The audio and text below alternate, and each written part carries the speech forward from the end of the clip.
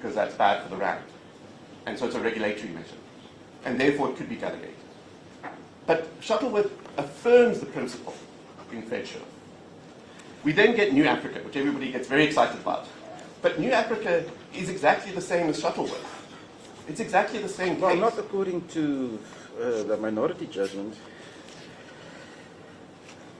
Well, with respect, it's two judges, Judge Rogers and Judge Colopin. They sort of got no binding precedent. I know that, but their reasoning looks to be sound. But their reasoning was not adopted by the majority. And so with respect, this court is bound by the majority's reasoning, which is very clear. And the majority's reasoning is exactly the same. It applies Shuttleworth. This is at paragraph 105, where it quotes paragraph 48. It says, the question is it a tax or is it a regulation? And it concludes that the issue there, remember that the issue in New Africa was about diplomats buying alcohol and cigarettes and then selling them on. So, and the changes are made to regulate the behavior, to stop the diplomats taking advantage of this loophole and stop them not paying the VAT and customs duties that they should pay. And but if you look at it narrowly in terms of the broader scheme of the VAT Act, holistically, isn't the minister just regulating the VAT percentage-wise? Well, it's not about whether you're regulating the rate, it's about are you regulating behavior? Are you trying to influence the way that people act? So there may be other parts of the VAT Act which would be regulatory in nature. So if you change what are zero-rated goods or you change the exemptions, you're trying to get people to donate more money to charities, to buy certain goods and not others. Not this case, but that may be regulatory. But doesn't it regulate our behavior, becoming poorer? Well, it regulates our bank balances. I'm not sure it regulates our behavior. Because we still have to go and buy the goods and services that we need. We're just going to have to pay more for them. And this case is not made by the minister. The minister never says in his answering affidavit, this is a regulatory measure. He says the opposite. He says this is a revenue-raising measure. His whole defense is we need the money, not we need to stop South Africans doing X, Y, and Z. It's common cause, this is a tax. Yeah, but the minister also says that in certain circumstances, you know, the plenary powers that he's got is not unlawful because it's limited and Parliament has got oversight over it. Yes. So it's not as if he goes on his own and do things that's not within the purview of Parliament. So it's not similar to the Smith matter, where yes. the drugs and yes. cannabis was sort of looked at. Yes. So our answer to that, my lord, is it's not relevant if it's a tax. This question, the New Africa test they set, where they say when you're delegating plenary powers and it might be lawful, you've got to consider all these factors. That's relevant if it's not a tax. But the cases from Fairchild through Shuttleworth, through New Africa, through, I'm going to get the Casino Association and McLeod are crystal clear that once you find it's a tax, it cannot be delegated. You don't get to any other questions. Parliamentary oversight, irrelevant. But everything else irrelevant. Also not in the true sense of the word a tax. Schedule has been changed, and therefore those people that wants to buy alcohol duty-free must now pay more for it. Well, my lord, that's what Mr. De Beer argued in front of the Constitutional Court, and that's what the Constitutional Court held was wrong, because he was representing one of those. Yeah. He was representing New Africa. Mr. Mkiwa was representing SARS. So supported on both sides. What the court says in paragraph 110 is which is at page 185 of the bundle, is he says what one gleans from the long title is that the Customs Act mandate is to control the importation and use of certain goods. In this matter, the minister highlighted that the primary reason for the amendments was to curb abuse by diplomats. This, in turn, informs us that the charge is, in fact, regulatory in nature. One can disagree with the court's assessment of that, but that's the reason that he gives for upholding it. He says it's regulatory, therefore it didn't need to go through the money bill procedure. And that's the ratio decidendi of the case. So, and that's then applied in Casino Association. So New Africa happens in 2023. In October, the next month, November 2023, we get Casino Association. And what's fascinating about this is it doesn't even cite New Africa. It cites Shuttleworth and Fetscher. And it says, it quotes Fetscher, it says the same thing. This is paragraph 42, bundle page 29. It is settled that the power of taxation and appropriation... sorry. I'm so nervous about time. It's page 29 of the bundle, paragraphs 42 to 43. And what Mokgoka AJ says is, it is settled that the power of taxation and appropriation of government funds are reserved for legislatures, and that the executive has no power to raise taxes itself. And then it applies the test in Shuttleworth. It changes it slightly, because it says you must focus not only on the dominant purpose of the statute, but whether the charge has a nexus to the regulatory scheme. But that's not really relevant here. Ultimately, what it concludes is that this is also a regulatory, not a regulatory measure. It says this one here, this power to change the gambling levy. And I want to emphasize this because the gambling levy is imposed by the Northwest Act. And then the minister is given the power to set the rate. It says that power is the power to raise a tax, and therefore it's unconstitutional. Doesn't engage, after New Africa, in any of these questions about balancing plenary powers and when is it possible. It says it's a tax, end of story. And the court reaches exactly the same conclusion a year later in Mohlaba. Mohlaba is a case about provincial legislation that affords traditional leaders the power to impose traditional levies on their communities. So I understand your argument by referring to all these cases.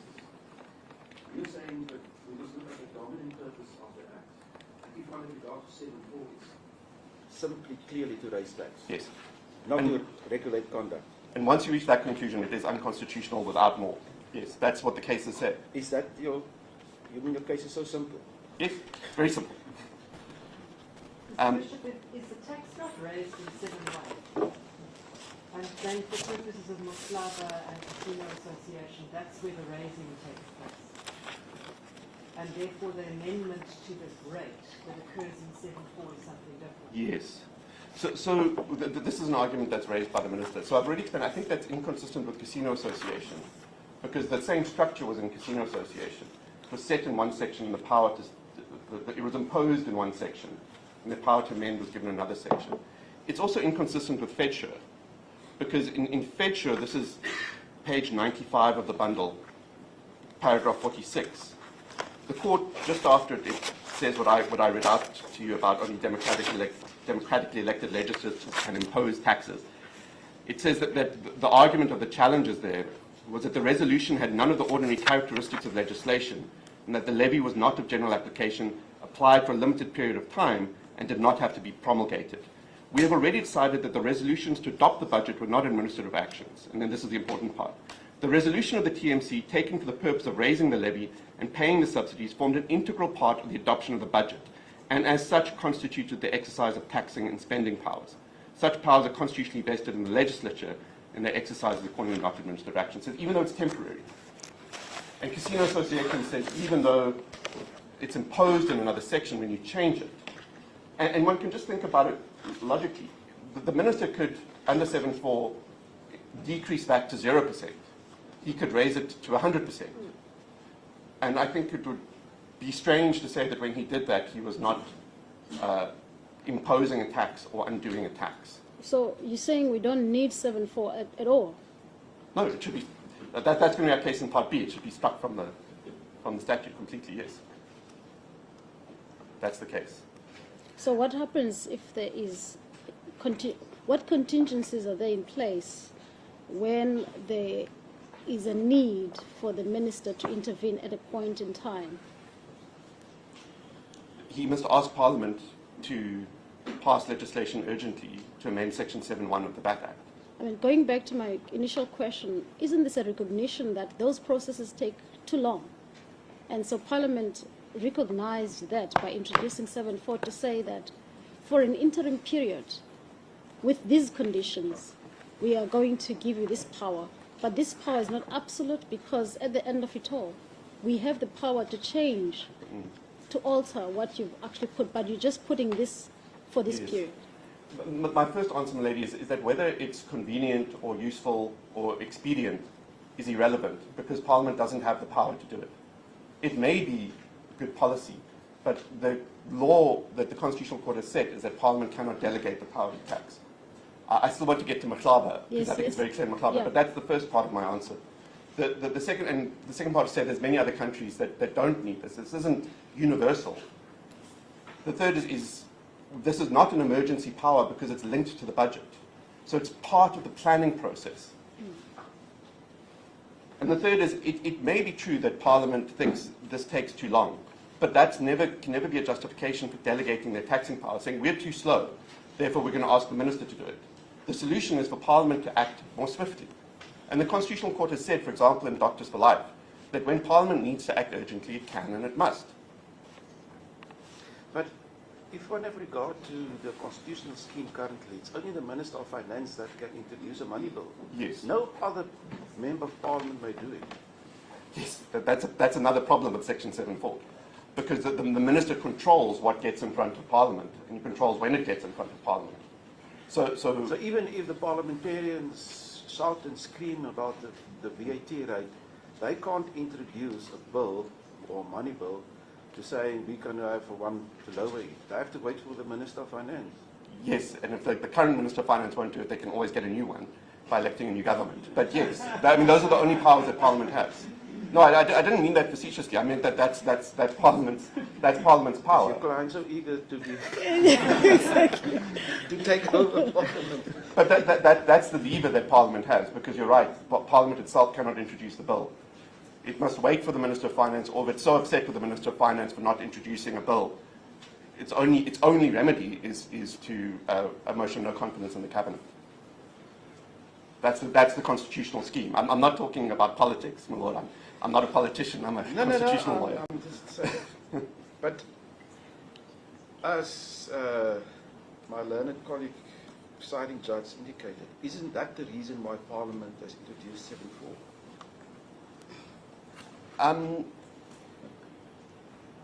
I'm not sure that that's a reason for 7.4, because without 7.4, the Minister can still introduce a money bill to amend the VAT Act at any point in the year if there's an urgent need to raise cash flow and ask Parliament to deal with it urgently. It cannot be, I would submit, that Parliament says we sometimes take a while to deal with legislation, therefore we're going to delegate this core power this core democratic power to the executive, when there's no legal reason why it cannot act swiftly, and there's no practical reason why it cannot act swiftly. All we have is that it hasn't done so in the past. Milady, if I may briefly just go to Mhlaba, because I submitted it is important, because it's the most recent case. It's from November last year. So it's at page 138 of that bundle, paragraph 17, where Justice Turon says, this court has repeatedly held that there must be a direct constitutional source for the power to impose a tax. The Constitution only affords a taxing power to the three elected spheres, and the power to tax cannot be delegated to the executive. And I noted that C refers to Shuttleworth. Yes, because that's what Shuttleworth says. But Shuttleworth just finds it's not a tax. And then at paragraph 20 on the next page, the Constitution reserves the taxing power for legislative bodies, and that when it permits... paragraph 20. That's on the same page. Oh, sorry. My notes are incorrect. The Constitution reserves the taxing power for legislative bodies, and that when it permits the imposition of tax, it does so expressly and regulates how the power must be exercised. Legislative bodies can delegate the power to regulate, but not the power to tax. Full stop, end of story. No balancing act to be performed. And that's the way the case comes out. It considers, is this a regulatory charge or is it a tax? It finds it's a tax and it says, therefore, it's unconstitutional. Because the provincial legislature purported to delegate it to traditional leaders under Premier.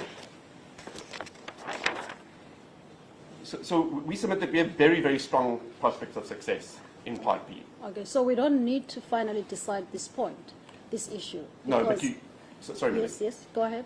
No, we're not asking you to declare Section 7.4 unconstitutional. But we submit it is important that there is no answer to this. That when we get to Part B, the prospects that we will win Part B are extremely high. And that weighs when this court is performing the just and equitable analysis of whether to suspend the minister's announcement. That's obviously an important factor. And that's why I've spent quite a lot of time on it.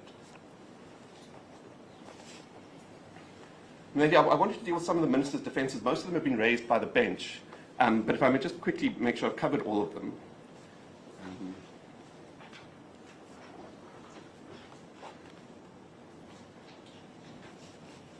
The one argument that the Minister raises is that even if we are successful in Part B, the Constitutional Court may ultimately suspend the order of invalidity. And so if it suspends the order of invalidity, it would mean that the Minister's announcement would still be valid. So the argument is the relief we seek in Part B doesn't necessarily entitle us to the relief we seek now in Part A. So we submit that there's a few problems with that. The first is you've got to distinguish between retrospective effect and suspension. We accept, and you'll see the relief that we seek in paragraph 3 of our notice of motion in Part B, says that the order must have effect from the 1st of March 2025, because we don't want to undo the 2018 VAT increase. So there was a VAT increase in 2018, we don't want to undo that. We want to stop this one coming into effect. And then so it must operate from the 1st of March. In terms of suspension, we don't think there would be any basis for the court to suspend the order of invalidity, because for all the reasons I've already given, it's not necessary for the Minister to have that power. And so there would be no basis for suspension of the order of invalidity. Mr. Bishop, in terms of the announcement, the Minister also announced that next year there's another 0.5% from March 2026. What about that? So I think that's dealt with in the relief we seek in Part B, which we hope will be determined at least by this court before then. Yes. Yes. So paragraph 3 of our Part A relief applies to both. Sorry. So this is what we're asking this court. Paragraph 3 is the operation of the first respondent's announcement on 12 March to increase the rate of VAT by 0.5% with effect from 1 May and by a further 0.5% with effect from 1 April. So we're asking for the suspension of both. It's a single announcement. Because it was a single announcement. And it's been dealt with by Parliament also as a single issue.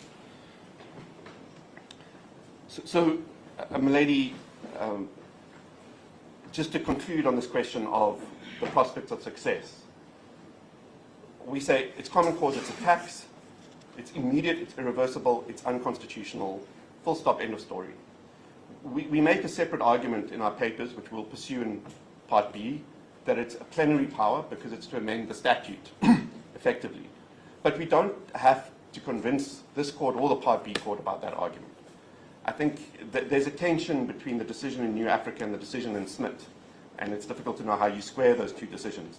But it ultimately doesn't matter, because even if Parliament had delegated the power to the Minister to change the VAT rate by amending a schedule or by amending a regulation, it would still be an impermissible delegation of the power to tax.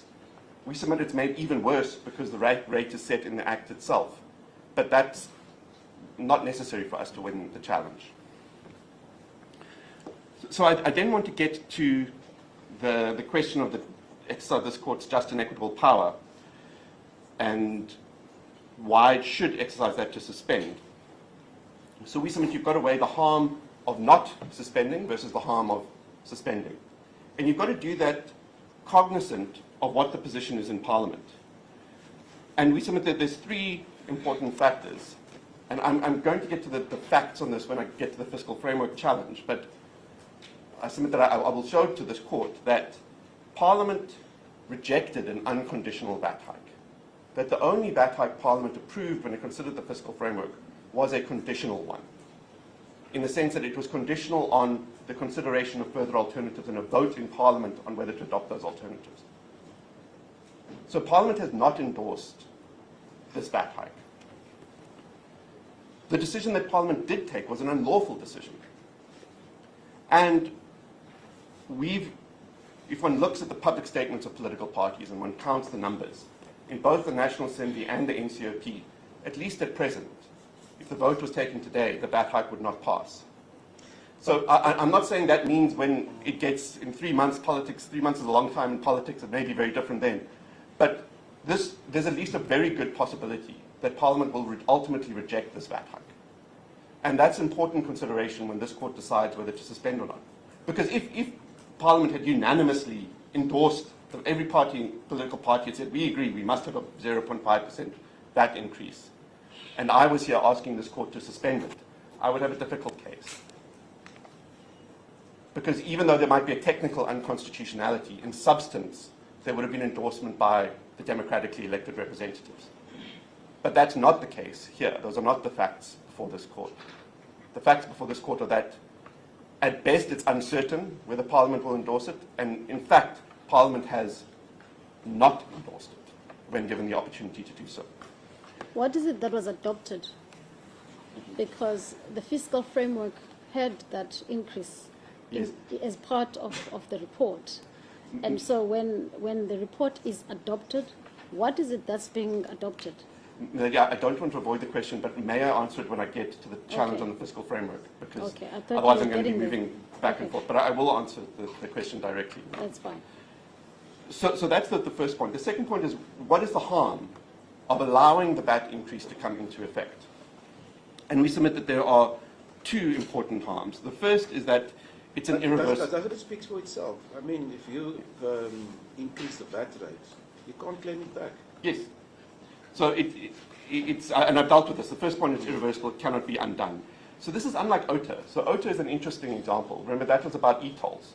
And one of the things that Justice Moseneke said there is that there's no irreparable harm because you'll be able to bring an unjust enrichment claim to recover your e-tolls that were unlawfully paid.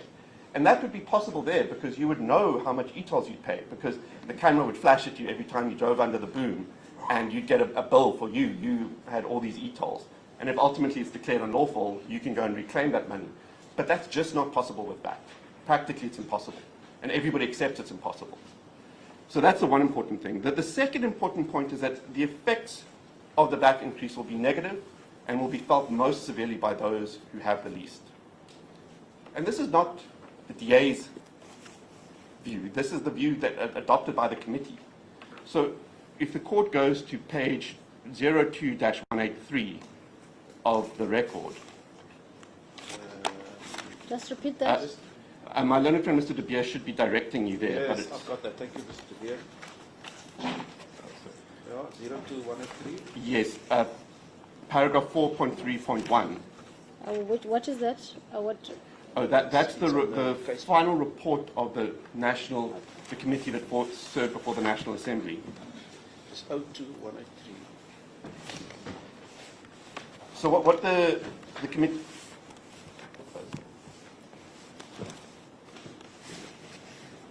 So it's an annexure to the founding affidavit. It's annexure DA13.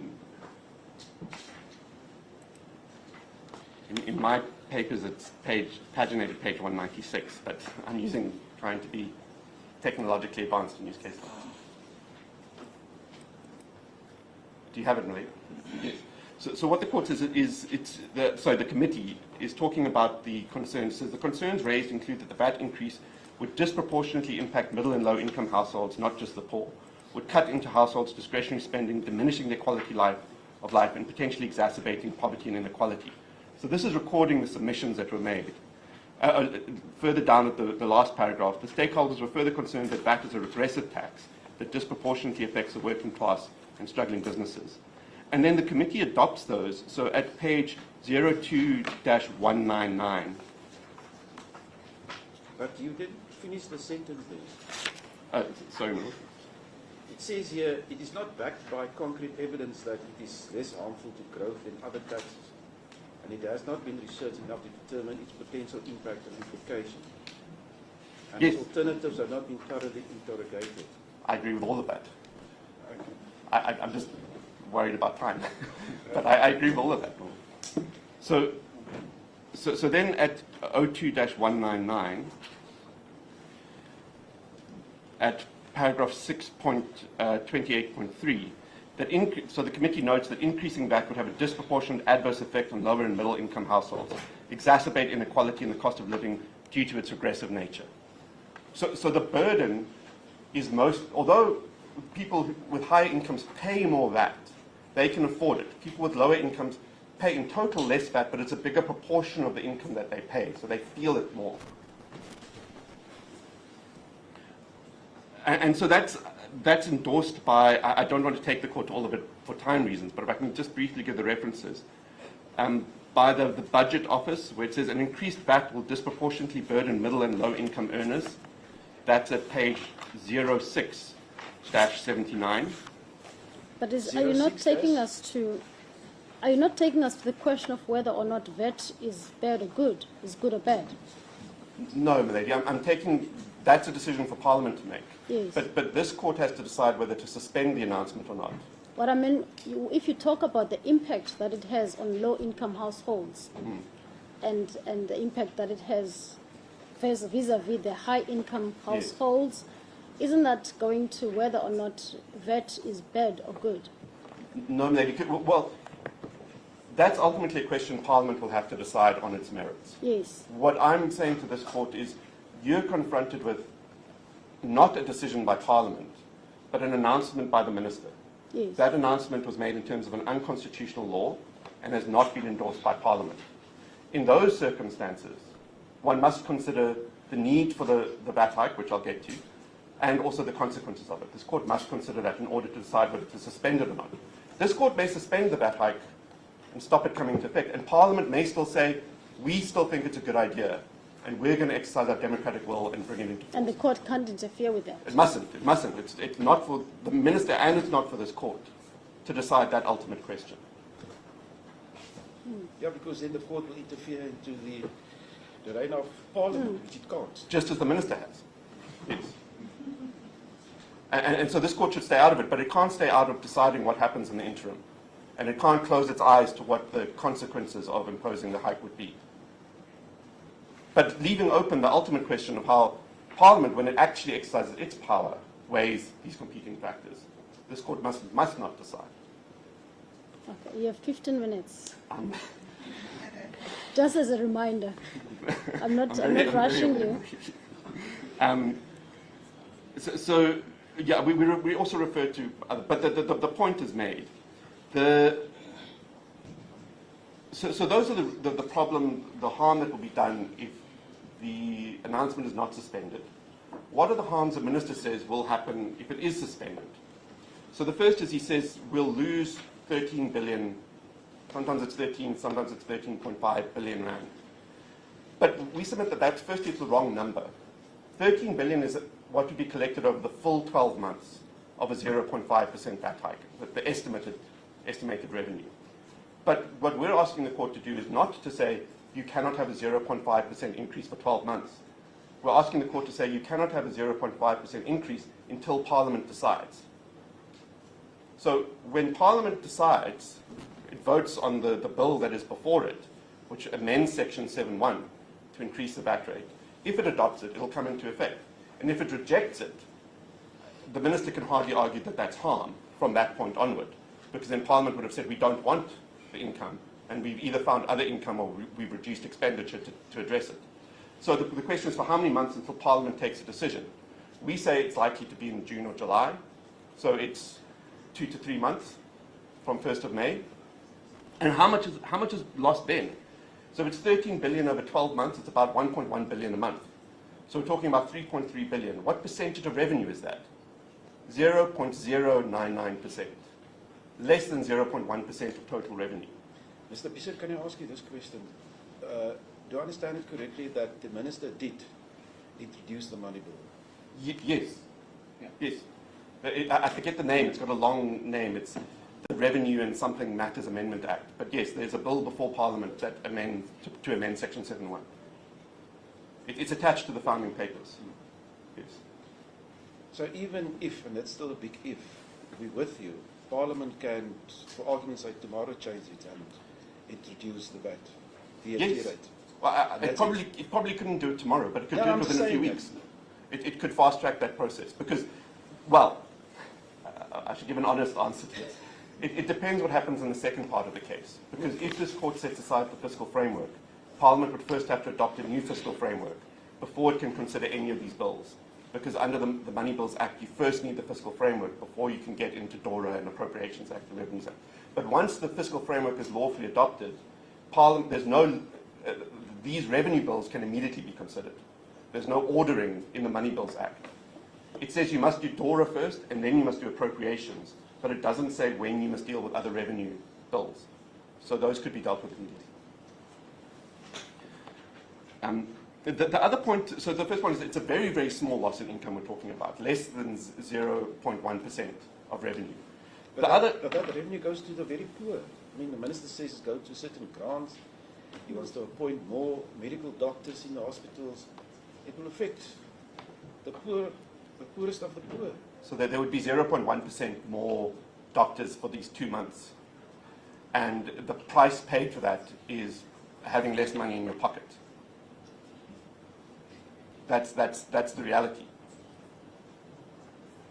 But isn't that the scheme that we've accepted in terms of the democracy that we're staying in? I mean, this is how we need the money in order to do all of these things. The important word in that question, my Lord, is democracy. And democracy means a decision taken by elected representatives, not by National Treasury and the Minister without public participation. Democracy means it's taken by Parliament. And so if Parliament adopts it, Parliament adopts it. But if it's not adopted democratically, that trade-off hasn't been made by democratically elected representatives, then it should not be imposed on people. Milady, the other point is about the extent of loss. I'm just worried about the time. I'm anxious for you to get to the second issue. Milady, I'm almost finished with the first issue. Yes. And I think the second issue will be much quicker. I might need another 10 minutes Okay. to finish that, but it's going to be much shorter than the first issue. On the Financial and Fiscal Commission also told Parliament that the amount of income they would likely get is less than you expect. If I can just give you the references, it's 02-184 and 02-199. So what the committee accepted is the probability that the proposed VAT increase might not meet the expected revenue in a constrained economic environment and bleak outlook. So 13 billion is just an estimate of how much you're going to get, and the committee accepts that it's actually likely to be less than that. The second harm is the minister says, if you don't give me the 13 billion rand, which we know is really 2 to 3 billion rand, then the government will either cut planned spending or increase borrowing. The answer to that is really that there are alternatives to raise the revenue. And these are also dealt with in detail in the committee's report. Again, I don't want to take you there, but I can give you the reference. It's 02-233, where in particular, the committee notes SARS's estimated tax gap of about 800 billion, and that even with the 30% recovery rate, this could yield over 200 billion in additional revenue. And there's a range of other alternatives. The fiscal framework, and I'll get to this now, lady, is adopted on the basis that National Treasury must come back and propose alternatives to raise the 13 billion or to cut spending. So it's not that or nothing. There are other options. So, lady, for all these reasons, we submit that this court, when it exercises its just and equitable power, should suspend, because the cost of doing so is an immediate, irreversible tax increase that will affect the poorest and the middle income people the most. And the cost of doing it is minimal, less than 0.1% of revenue when there are alternatives to fill the gap. So, lady, that brings me to the second part of the case, which is the attack on the fiscal framework. And we submit that there are three issues, three primary issues. The first is... But I've been reading what transpired there. It looked like chaos, to say the least. That's very generous. I'll get to what actually happened, but chaos is a generous description. No, because it's not only chaos, it was deliberately misleading. You need to take us to what the irregularities were. Yes. Because Yes.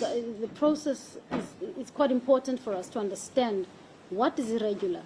Yes, I will get to it exactly. But if I can just say what we say the issues are is, were the final reports before the National Assembly and the National Council of Provinces, consistent with Section 8.4 of the framework of the Money Bills Act?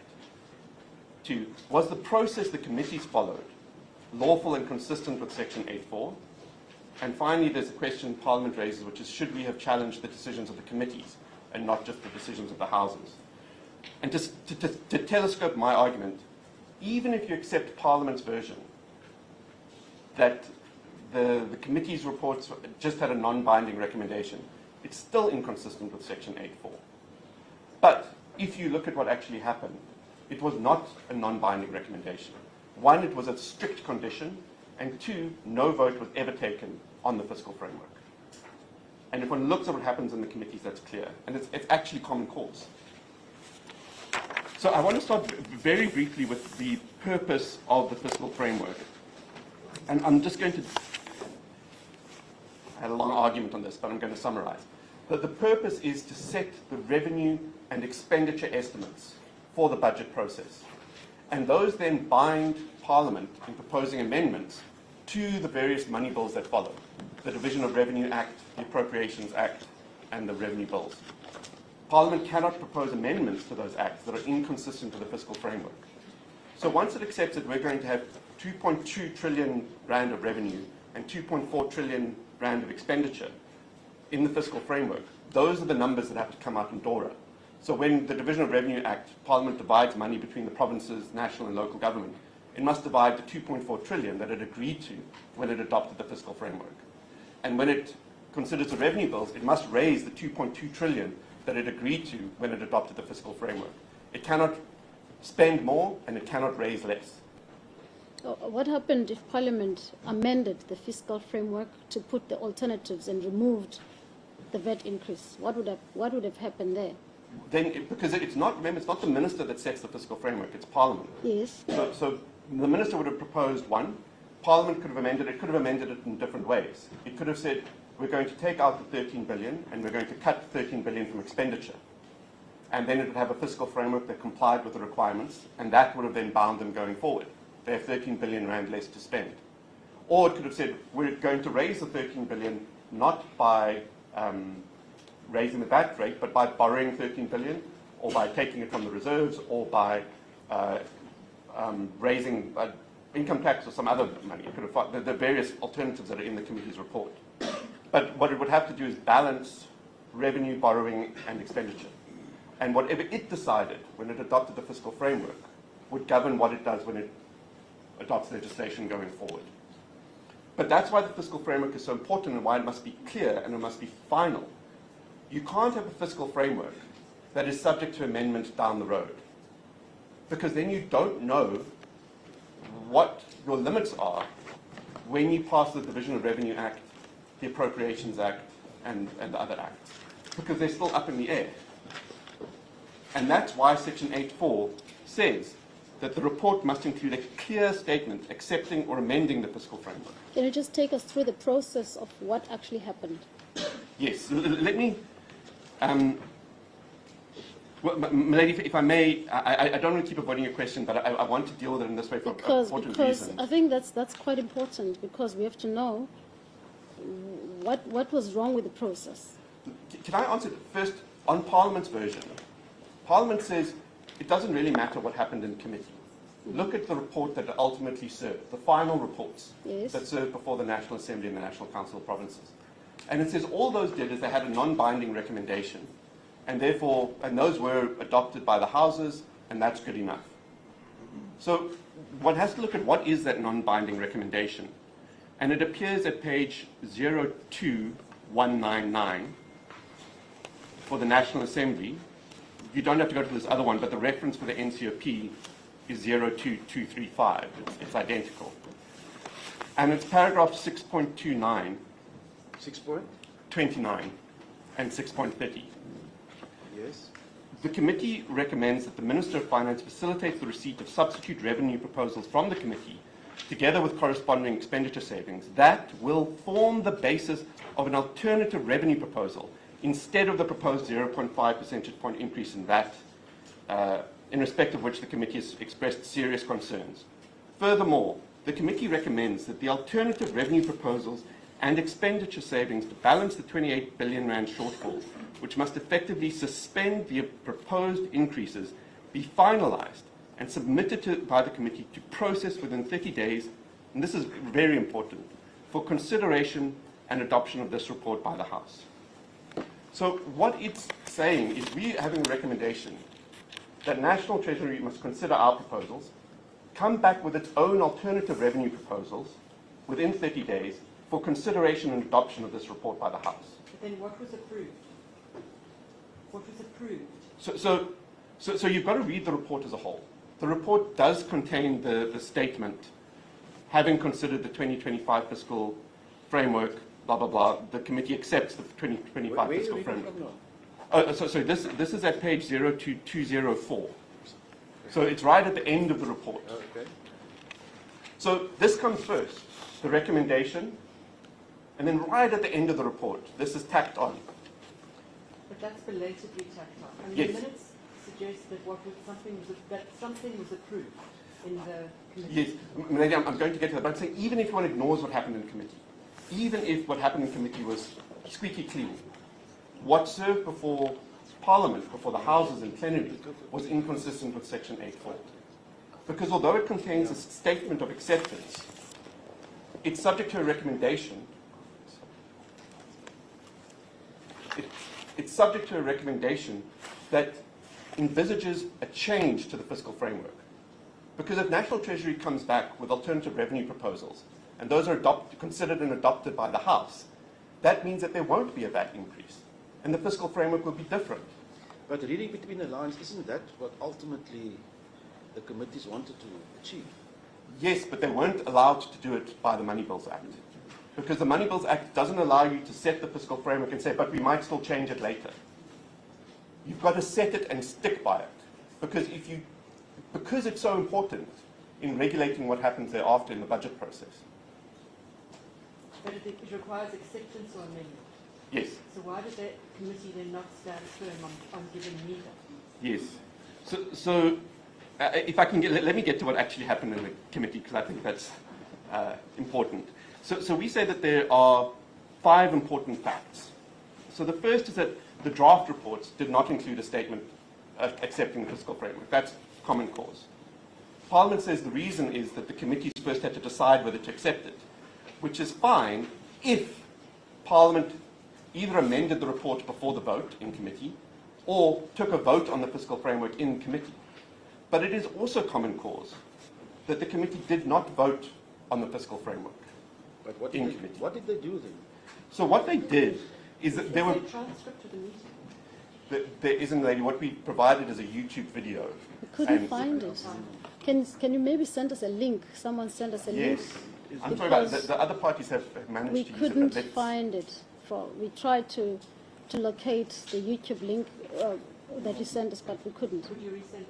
Yes. What I can also try to do is provide a transcript to the court.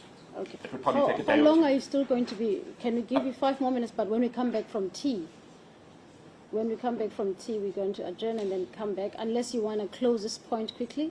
No, lady, at the tea now, I'll need 5 to 10 minutes. 10 minutes at is a most. long time. You have to ask your colleagues to give you, Lady- to borrow some of their time. In my defense, I'm the only person who has to address both halves Okay, of the case. that's fine. So it has taken a little bit more time. That's fine. We'll give you 10 more minutes when we That's come back, important. and we'll have to readjust the time perhaps at lunchtime. All right, the court adjourns.